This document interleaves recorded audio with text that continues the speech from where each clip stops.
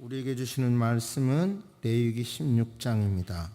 7절부터 10절까지 합독하십니다. 또 그 두 염소를 가지고 회막문 여호와 앞에 두고 두 염소를 위하여 제비 뽑되 한 제비는 여호와를 위하여 한 제비는 아사셀 위하여 할지며 아론은 여호와를 위하여 제비 뽑는 염소를 속죄제로 드리고 아사셀을 위하여 제비 뽑는 염소는 산채로 여호와 앞에 두었다가 그것으로 속죄하고 아사셀을 위하여 광야로 보낼지니라.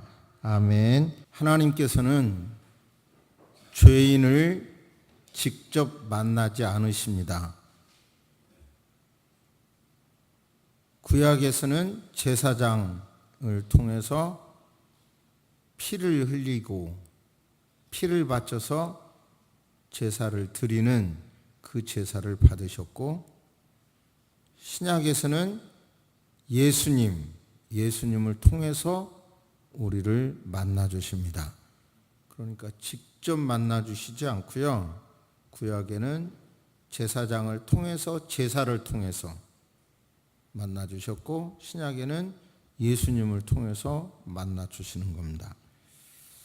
그러면 여기서 문제가 대두되는 것은 구약에 제사장이 있고 또 신약에 예수님이 이제 자기 자신이 제물이 되어서 하나님께 바쳐졌는데, 신약의 목사는 뭐냐? 교회의 의미는 지난주에 말씀드렸고요. 그러니까 설교를 구약 성경의 내용이 이것이다 라고만 설명을 하면 이 방면에 전공을 한 저 같은 사람의 입장은 그건 설교가 아니다고 보거든요. 그러면 그 의미가 신약에는 뭐냐? 지금 이것을 이제 설명을 하려고 애를 쓰는 건데, 구약에 제사장이 있는데 그러면 신약의 목사나 직분은 뭐냐? 그 의미까지를 오늘 설교를 통해서 정리되시기를 바랍니다. 이런 모든 것이 하나님의 음성으로 들려지시기를 바랍니다. 그 목사의 권위, 저는 참 이상해요. 제가 주일학교, 저는 어려서부터 교회를 다녔는데 너무 목사를 존중하는, 부흥회 할 때마다 막 그걸 너무 강조하는 그런 것을 보고 들으면서 자랐어요. 신학을 하면서 그게 과연 성경적인가? 그런 고민을 했고, 그래서 제 정답은 그렇게 지나친 건 성경적이 아니다. 그래서 여기 다 증인이 있지만 그 당시만 해도 정말 이해될 수 없게 목사의 권위를 안 내세워서 참 유 목사님 이상하다 할 정도로 그렇게 목회를 했어요. 그러면 이제 저도 60대가 됐는데, 그리고 그만큼 목회를 하면서 느끼는 것은 그렇게 지나친 권위는 아니더라도 교인으로부터 존중은 받아야 목회는 한다. 이런 정답은 있어요.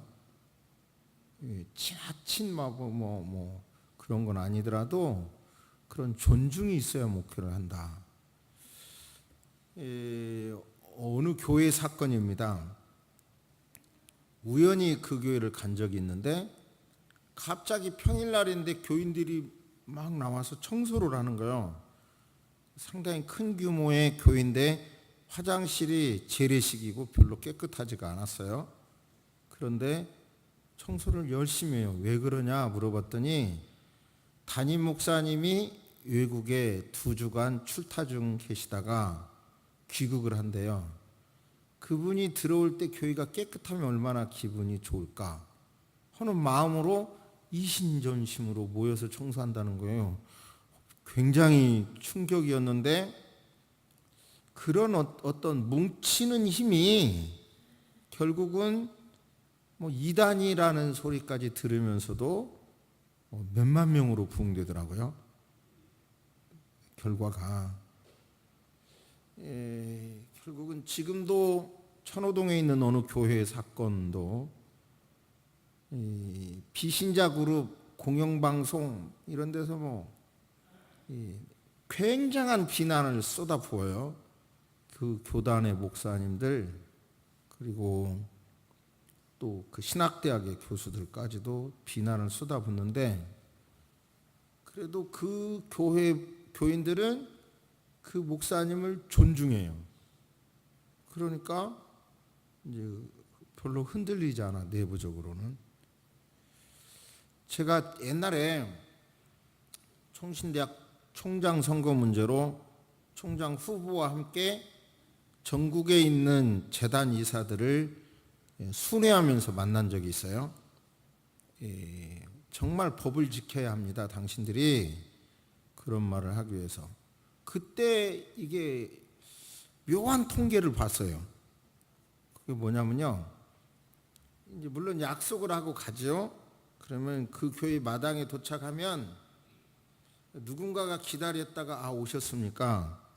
지금 담임 목사님은 저 어디에 계십니다 하면서 안내하는 교회가 있었고 또 어떤 교회는 아무런 흔적이 없으니까 어디가 목사님 계시지? 또는 광고판, 안내판 어디 가야 목사실이지? 이렇게 찾아다니게 하는 교회 둘로 구분이 될 수 있었는데 그 우연이 아니에요. 사람이 가면 딱 나와서 아니 목사님이시죠? 하면서 교수님이시죠? 하면서 우리 목사님이 지금 어디 계십니다 하는 교회들은 색깔이 밝고요. 교회가 생동력이 있고요. 부흥이 되고 찾아다녀야 하는 교회는 현재는 크더라도 왠지 어둡고 부흥이 안 되고 그러더라고요. 지난주에 이제 제가 총회를 간다고 했고 저는 개인적으로 이제 많은 이제 심정적인 어떤 어려움이 있었어요. 그런데 이제 예를 들어서 재정부에서는 여비라고도 쪼기도 하고 또 어느 분은 그 출장 가시니까 보태스라고 돈도 주는 그런 일이 있어서요. 마음이 흐뭇한데 또 어느 팀은 노트북 가방을 챙기면서 충전기를 빠뜨려 가지고 대구 시내에 가서 충전기 사느라고 얼마나 애먹었는지 몰라요. 또 어느 분은 보고도 잘 다녀오라고 인사도 안 하기도 하고요. 비판하려고 하는 게 아니라 과연 나는 권위가 있는 존중을 받는 목회를 하고 있는 것일까? 대구 그 교회 총회 참석하면서 그 교회에서 내가 배울 것은 무엇인가 이런 것들을 관찰하면서 나름대로 그 총회장 그 교회 담임하고 있는 목사님이 목회적인 마인드나 교인을 배려하거나 이런 참 좋은 점들을 많이 발견하면서도 과연 나는 있는가 이런 고민을 했고 이런 문제를 오늘 제사장 원래 폼인 제사장에게서 그런 문제들을 발견하고 우리 다 같이 좋은 공동체 신약의 교회가 우리가 너무 신학을 배워가지고 교회가 개인이다라고 하는 것에 방점을 두지만 지난주 설교 자세히 보시면 성경 원어 자체는 공동체에 더 방점이 있다는 말씀을 드렸어요. 그러니까 우리가 이 세상에서 교회 공동체를 이루면서 어떤 자세로 직분자를 대해야 될 것인지 그런 것들을 오늘 말씀을 통해서 꼭 배우셔서 좋은 공동체를 이룹시다. 할렐루야. 할렐루야. 하나님께서 모세에게 아론을 대제사장으로 출애굽기 28장 말씀이죠. 그의 아들들을 제사장으로 세우라고 하면서 내 형 아론을 위하여 거룩한 옷을 지어서 영화롭고 아름답게 할지니 그러니까 제사장에게 특별한 옷을 지어서 영화롭고 아름답게 하라 이 말이죠. 그리고 대제사장과 제사장도 옷에서 차이가 나요. 근데 사실 그 옷을 보면 옷의 색깔이나 옷을 보면 그것을 가지고도 인류 역사를 쭉 정리한 책도 있더라고요. 그 옷을 가지고도 그런데 제사장에게는 그 옷을 입힘으로 제사장을 영화롭게 하고 아름답게 했단 말이에요. 그런 옷을 입혀서. 그러니까 하나님의 입장에서는 제사장을 영화롭게 하고 아름답게 할 필요가 있었기 때문에 그런 옷을 입혔던 거죠. 제사장이라는 표현도 있고 또 다른 말로 번역한다면 큰 제사장이라고 말할 수도 있겠고요.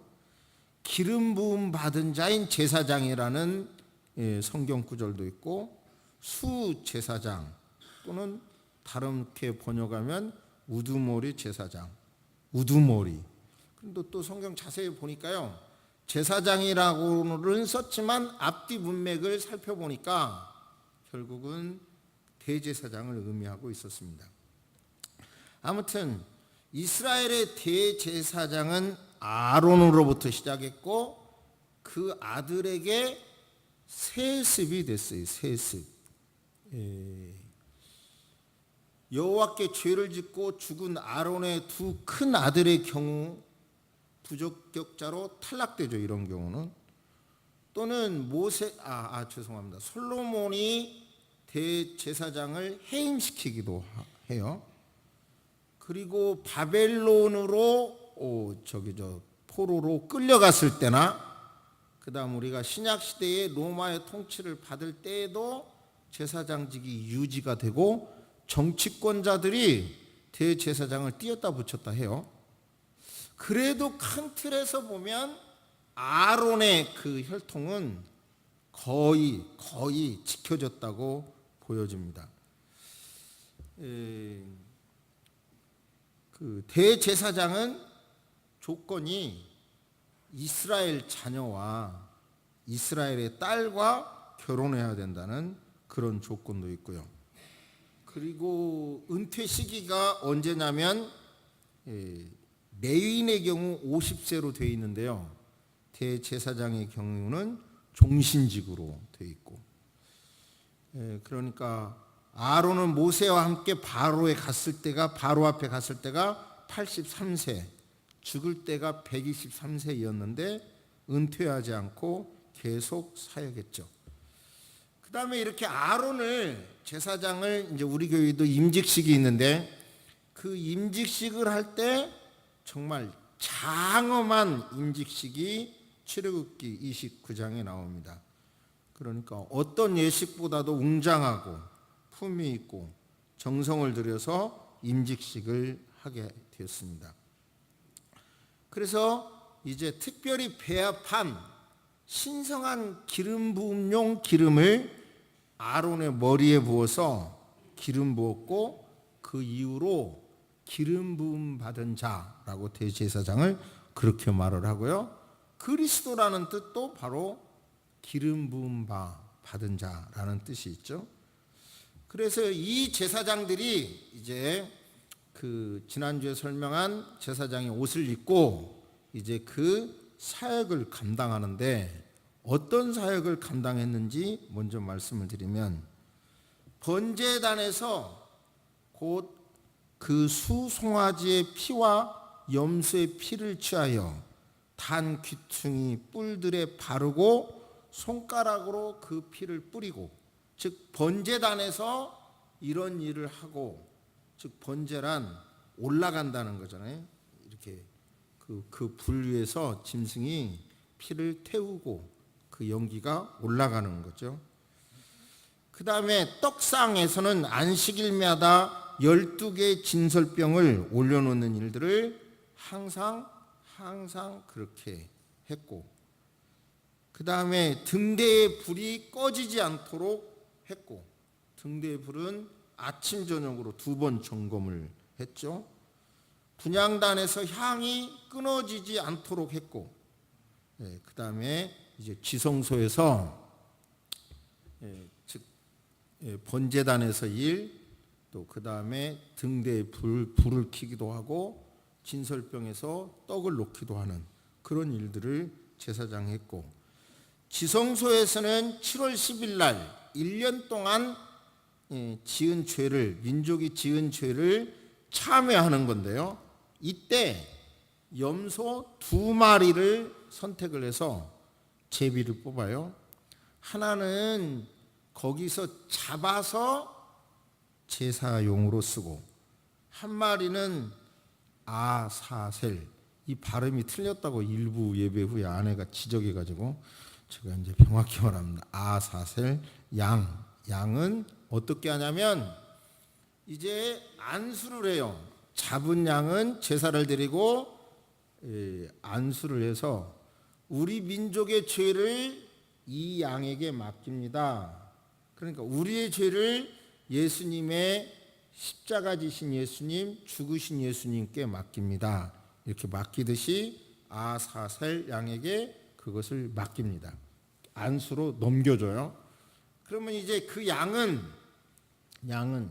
그 양에게 먹이를 줘서도 안 되고, 광야는 먹을 것도 없고, 밤에는 춥고 낮에는 덥고 맹수가 있어요. 그러면 이제 그 양은 계속 광야를 또 동네로는 들어오지 못하도록 막고, 그러니까 이 양은 계속 광야로 가는 거예요. 가다가 그대로 놔두면 굶어 죽는 거죠. 굶어 죽고, 굶어서 팍 쓰러지면 또 이제 여러 벌레가 와서 뜯어먹는 거고, 또 가다가 맹수에게 잡히면 맹수 밥이 돼서 죽는 거고.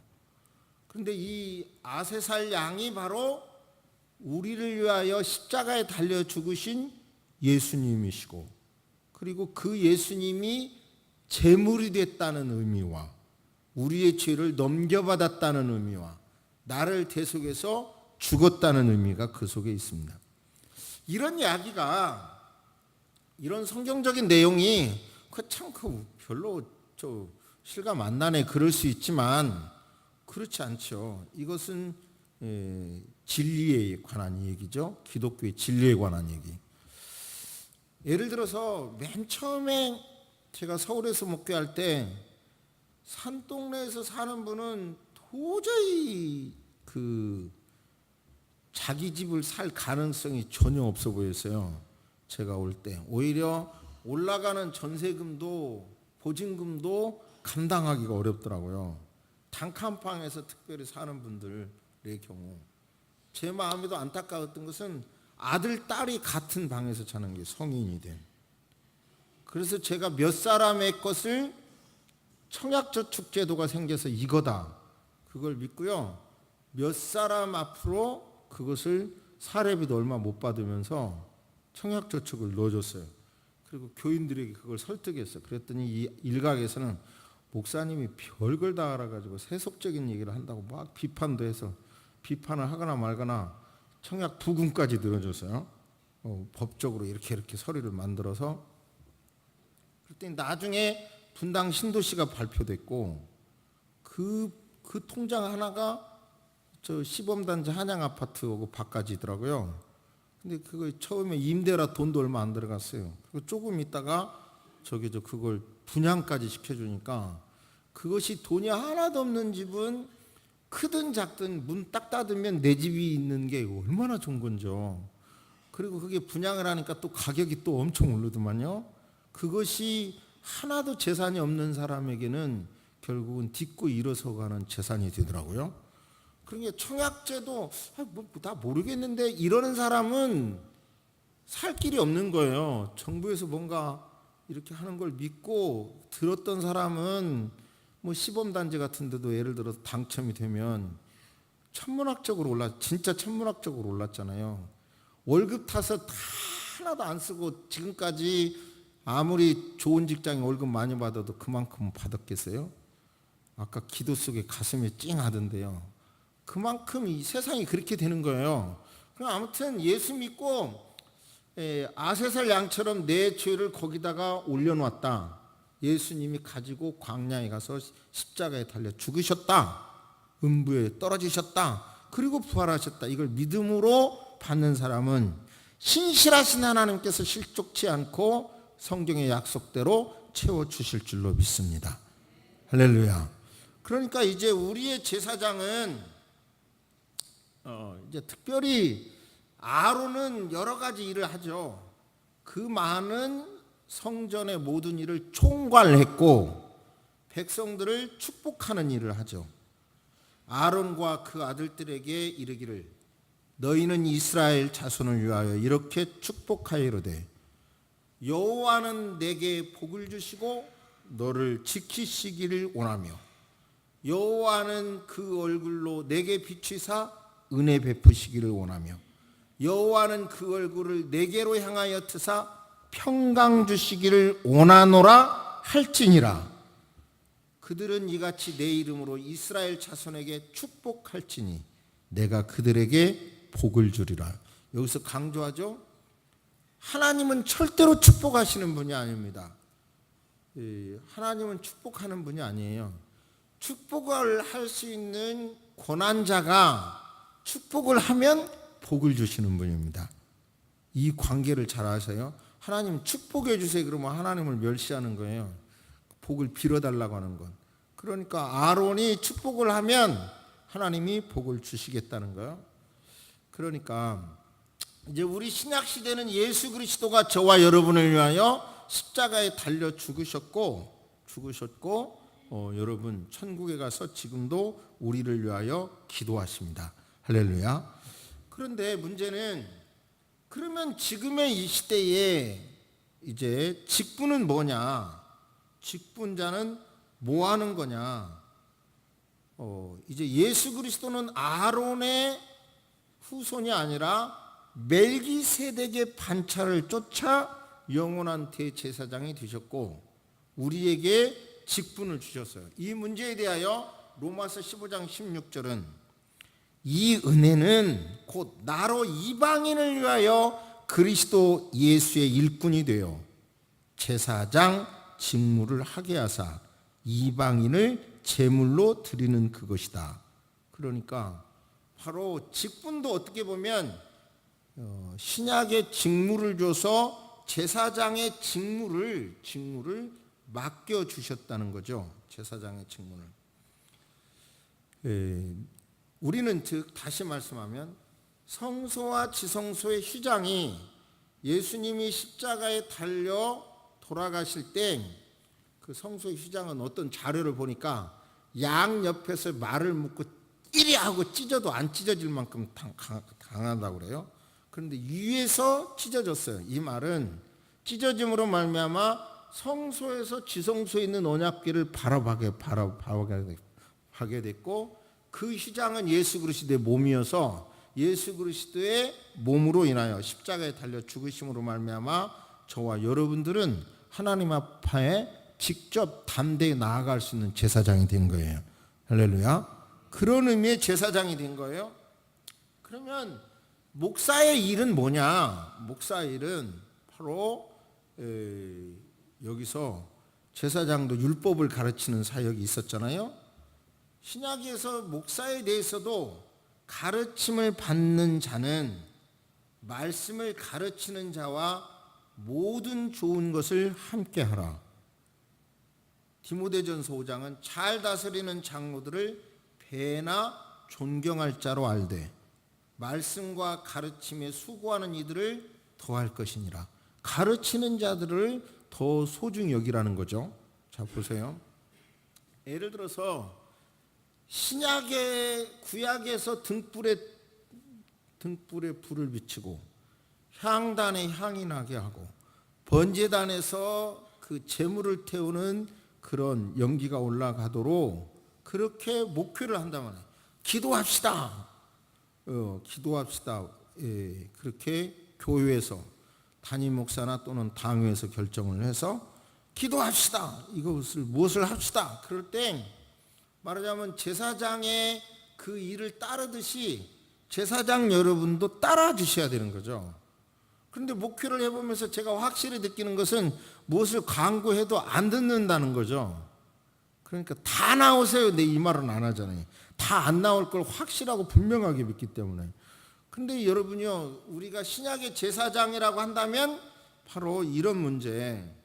물론 목사가 너무 많은 비난을 당할 일을 많이 하고 그리고 또 실수도 많이 하고 또 욕심도 많이 드러내니까 비난을 할 수가 있겠지만 그러나 확실한 것은 바로 말씀을 가르치는 자를 배나 존경할 자로 여기라고 했고, 신약 시대에 그러니까 만인 제사장이라고 하는 의미는 이런 겁니다. 마틴 루터의 관점에서 하나님 앞에 다 담대히 나아갈 수 있다. 만인 제사장, 나도 제사장이다. 그 의미는 나도 하나님께 직접 나아갈 수 있다. 예수의 이름으로. 그런 뜻이 있고, 두 번째 뜻은 마틴 루터가 정리한 입장을 보니까, 그러면 제사장이면 나도 말씀을 마음대로 해석하고 설교해도 되냐? 그렇게 생각하는 것이 잘못됐다고 나중에는 수정을 합니다. 그것은 설교란, 성경을 해석하는 것이란 거기 그 훈련받은 사람에 의해서, 공적인 훈련받은 사람에 의해서 이렇게 설교를 해야 된다. 그렇게 정리를 해요.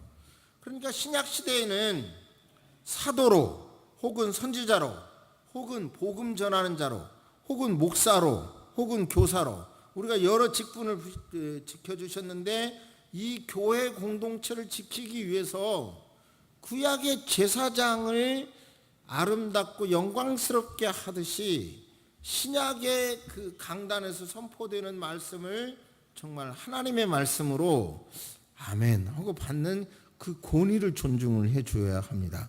할렐루야. 아직까지 세수만 교회에서는 그래도 강단의 설교를 가지고 죄송합니다마는 시비하지는 않았던 걸 감사해요. 정말 강단의 설교가 어쨌다 저쨌다 이렇게 안 한 것은, 옛날 초기에 강단의 설교가 어쨌다 하는 분이 있어서, 아무튼 나는 설교를 위해서는 최선을, 내 실력 안에서는 다 할 테니까, 그건 직접 말하면 제가 상처가 되니까요, 책을 사주세요. 그렇게 말한 적도 있어요. 제 설교가 마음에 안 들면 당신 설교 못합니다 그러면 내가 상처를 받으니까 책을 사주시면 내가 알아듣겠습니다. 설교가 부족하니까 이러시는구나, 사인으로 알아듣겠습니다 그랬는데, 아무튼 우리 교회의 장점은 지나온 수많은 세월 속에서도 이렇게 그 설교를 가지고 싸움을 하거나, 대놓고 목사를 막 비하하거나 비난하거나, 대놓고 교회 내에서 큰 소리로 분쟁이 없었던 것을 정말 진실로 감사합니다. 지난주에도 제가 교회 들어오는데, 통회 갔다 들어오는데 저 멀리서 사시는 분이 교회에 들어오시더라고요. 근데 와서 하시는 걸 보니까 청소하고 계시더라고요. 가슴이 얼마나 뭉클한지. 다 그런 분들에 의해서 우리가 교회를 여기까지 이끌어 왔는데, 지금도 이 수많은 세파 속에서 이 교회 공동체를 지키기 위해서는 구약의 제사장을 영화롭고 존귀하게 했듯이, 설교를 통해서 어떤 목회 경영을 위해서, 즉 제사장이 율법만 가르친 게 아니잖아요. 그런 교회를 위해서 필요한 일들을 위임해 드릴 때, 내 일이 있다고 할 때 여러분 하나님의 음성으로 듣고 소중하게 관리하면 그렇게 될 줄로 믿습니다. 할렐루야. 제 아내가 주일날마다 이제 이렇게 예배 드리잖아요. 그리고 오후 예배 드리면 이제 우진이를 맡겨요. 이 딸과 사위가. 그러면은 여보 힘들어, 당신이랑 같이 봐 뭐 이러거든요. 그럼 제가 그때마다 하는 소리가, 그 애기 볼 때, 보라고 할 때가 즐거운 줄 알아서요. 그 지금 그런 게 몇 시간을 보려고 하면 힘든 거죠. 그런 게 내가 하는 말이, 애를 보라고 할 때가 그때가 좋은 줄 아세요? 조금만 커보세요. 걔가 당신이 보라고 해도 안 볼 테니까 그랬거든요. 근데 제 말이 맞겠어요, 안 맞겠어요? 맞아요. 그러니까 교회를 내가 소속되어 섬기는 게 어찌 보면 굉장한 스트레스도 있고 짐도 있고, 뭐 이거 해라 저거 해라 또 이것도 해야 되고, 참 제가 보면 여러분들 집을 보면 최첨단으로 주방 시설이 잘 돼 계시잖아요. 물론 우리 교회 주방은 다른 교회의 주방보다는 훨씬 깨끗해요. 그렇지만 거기서 땀 흘려서 막 음식하고 하는 거 보면 이거 참 마음이 고맙기도 하고 미안하기도 하고 그래요. 그러나 교회라는 것 때문에 그런 수고를 하는 거 아니겠어요? 아무튼 내가 속해, 어떤 한 지교에 속하기 때문에 이런 거잖아요. 그런데 그런 십자가들을 막상 그거 감당할 게 없어 봐요. 제 아내에게 우진이 보라고 할 때 기뻐하세요. 섬길 게 없으면 더 힘들다니까요. 교회도 섬길 게 없으면 편하게 다니면 되게 편할 것 같죠? 천만에요. 그렇지 않아요.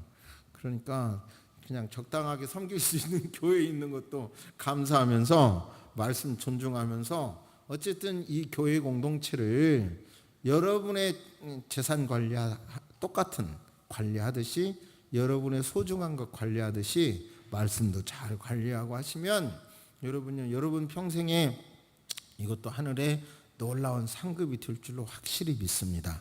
할렐루야. 아멘. 아무튼 저는 아무리 생각해도 흠이 많고 부족한 사람이고 부족하기보다 독특한 사람이고 그래서 그런데도 여기까지 자그마치 막 20년 넘게 이렇게 존중해주고 그런 거 보면 여러분들 대단하고 참 감사하고 아무튼 이런 좋은 전통을 계속 이어갔으면 좋겠습니다.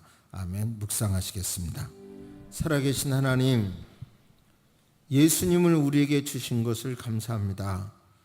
예수님이 어떻게 나를 위하여 죽으셨는가를 구약의 짐승이 죽는 모습, 제물로 바쳐지는 모습, 제사장이 제물로 드리는 모습, 그리고 구약의 제사장들이 성전을 관리하는 모습, 그리고 또한 아사슬 양을 광야에 내보내는 모습을 통해서 죄사함 받게 해주시고 신약시대의 직분의 의미도 깨닫게 해주신 것을 감사합니다.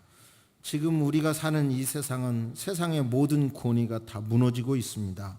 학교에서는 선생님의 권위가 철저하게 무너져 버렸고 가정에서는 하나님 남편의 권위도 무너지고 있고 아버지 교회에서는 목회자의 권위도 무너져 버렸는데 이런 때 정말 성경적인 의미는 무엇인가를 아버지 생각하게 해주시니 감사합니다.